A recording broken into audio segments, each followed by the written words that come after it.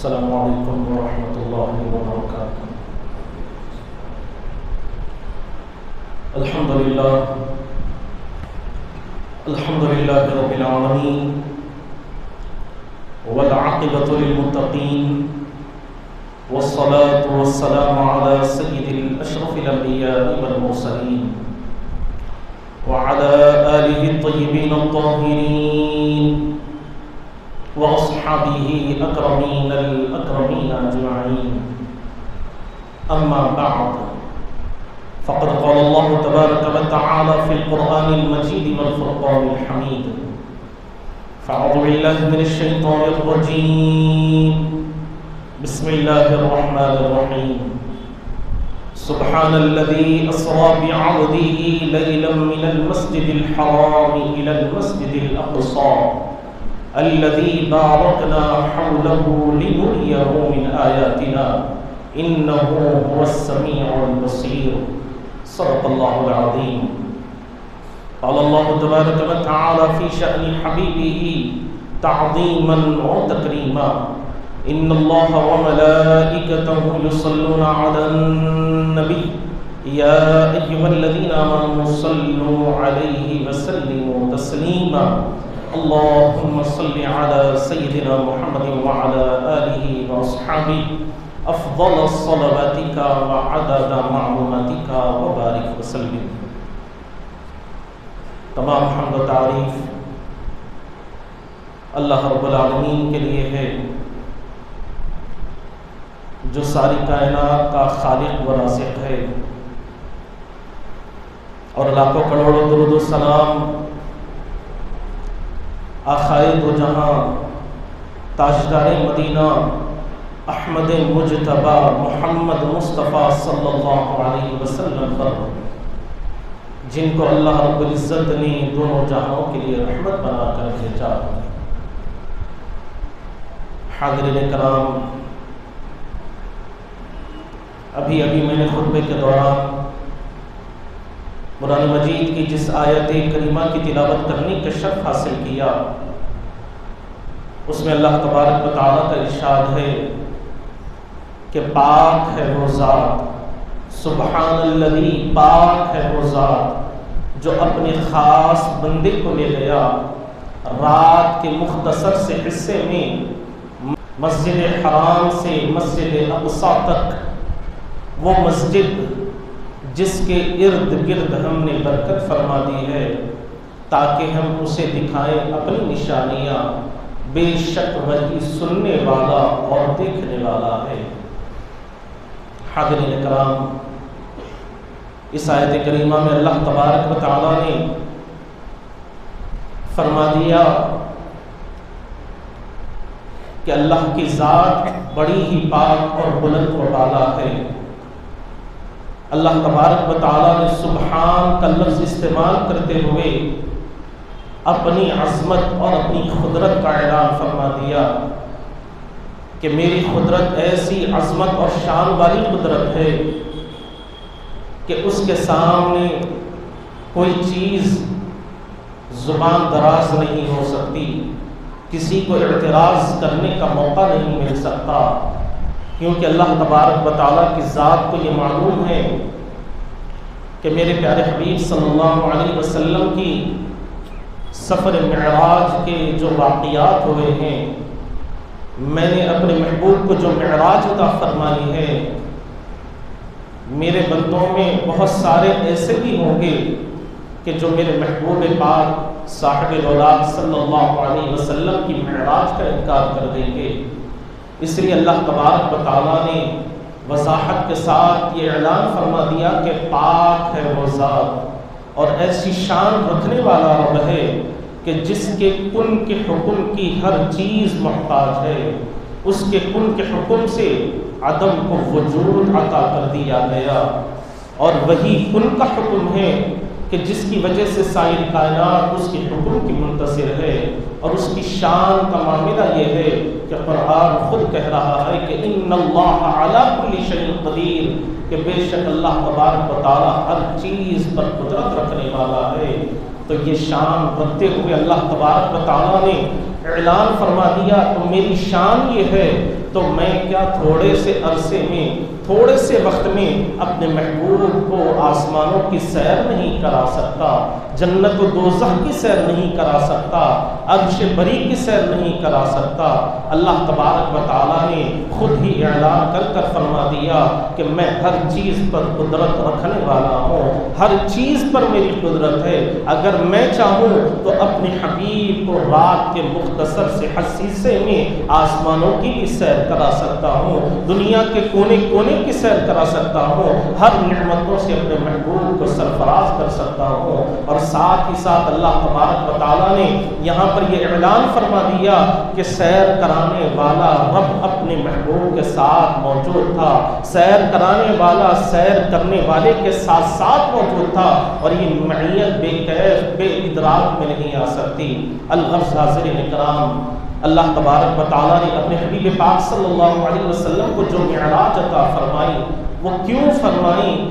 اس کی حکمتیں اللہ تبارک و تعالیٰ اور اس کے محبوب مکرم صلی اللہ علیہ وسلم ہی جان سکتے ہیں، لیکن ہمارے علماء حق نے اس کے جو اسرار بیان فرمائے ہیں اس میں سے چند باتیں آپ حضرات کے گوش گزار کر کر اپنی بات کو ختم کرنے کی کوشش کروں گا۔ چنانچہ اللہ تبارک و تعالیٰ کا ارشاد ہے کہ ان اللہ اشتری من المؤمنین انفسهم واموالهم بان لهم الجنہ، کہ بے شک اللہ تبارک و تعالیٰ نے تحقیق کہ اللہ تبارک و تعالیٰ نے مومنوں کی جانیں اور ان کے مال کو جنت کے بدلے خرید لیا، اور پھر آقائے دو جہاں صلی اللہ علیہ وسلم کے لیے فرما دیا کہ محبوب آپ اس پر وکیل ہے، یعنی جو ایگریمنٹ یہ جو ہوا ہے میرے اور میرے بندوں کے درمیان میں، جو ایگریمنٹ جو معاہدہ ہوا ہے کہ میں تمہیں اب تمہاری جانوں کے بدلے تمہارے مال کے بدلے جنت عطا کروں گا، تو اس پر آپ وکیل اعظم ہیں۔ تو حاضرین کرام، وکیل کا کام کیا ہوتا ہے کہ مال کو بھی دیکھے اور قیمت کو بھی دیکھے۔ تو اللہ تبارک و تعالیٰ نے فرمایا کہ اے محبوب، تم قیمت تو مال کو تو دیکھ رہے ہو، جب اپنی امتیوں کی جانوں کو دیکھ رہے ہو، ذرا اس کی قیمت کا بھی آ کر مشاہدہ کر لو کہ میں نے اس کے بدلے میں جو جنت انہیں عطا کرنے کا وعدہ فرمایا ہے وہ جنت کیسی ہے، اس کی نعمتیں کیسی ہے، وہاں کی عنایات کیسی ہے، ذرا اس کا بھی مشاہدہ کر لو۔ اور یہیں تک نہیں، نہ صرف جنت دیکھو بلکہ خالق جنت کا بھی دیدار کر لیجئے، اس خالق کائنات کا بھی دیدار کر لیجئے جس نے آپ کی امت سے یہ معاہدہ فرمایا ہے، ایگریمنٹ فرمایا ہے۔ تو حاضرین کرام، ایک رات کا موقع ایسا آتا ہے کہ آقائے دو جہاں صلی اللہ علیہ وسلم محو استراحت ہے، آرام فرما رہے ہیں، یہ قائد حضرت جبریل امین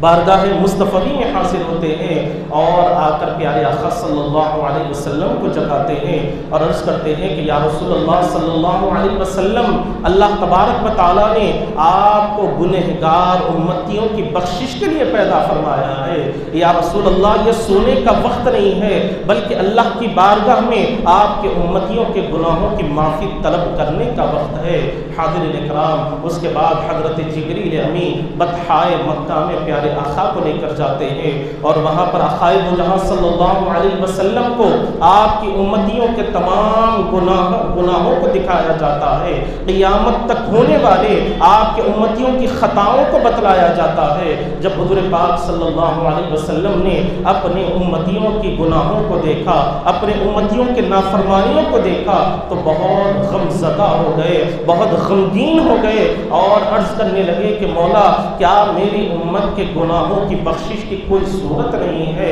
کیا میری امت کے گناہوں کو معاف نہیں کیا جائے گا؟ تو اللہ تبارک و تعالیٰ نے فرمایا کہ محبوب، اس کا ایک ہی راستہ ہے کہ آپ شب بیداری کو اختیار فرمائیں، رات میں جگ کر اپنی امت کے لیے مغفرت کی دعائیں کریں۔ ساری رات اگر آپ جگ کر مغفرت کی دعائیں کریں گے تو میں ساری امت کو بخش دوں گا، اگر آدھی رات اگر آپ عبادت کر کر مغفرت کی دعا کریں گے تو میں آدھی امت کو بخش دوں ہوگا اب فیصلہ آپ کے ہاتھ میں ہے کہ ساری رات عبادت کر کر بخشوانا ہے یا آدھی رات عبادت کر کر بخشوانا ہے۔ تو خالد و جہاں صلی اللہ علیہ وسلم نے عرض کیا کہ مولا کریم میں ساری رات عبادت کر کر اپنی امتیوں کے گناہوں کو معاف کرنے کی کوشش کروں گا، آپ کی بارگاہ میں ان کی بخشش طلب کرنے کی کوشش کروں گا۔ حاضرین کرام، بخاری شریف میں آتا ہے کہ حضور پاک صلی اللہ علیہ وسلم رات رات پر کھڑے ہو کر طویل قیام فرمایا کرتے،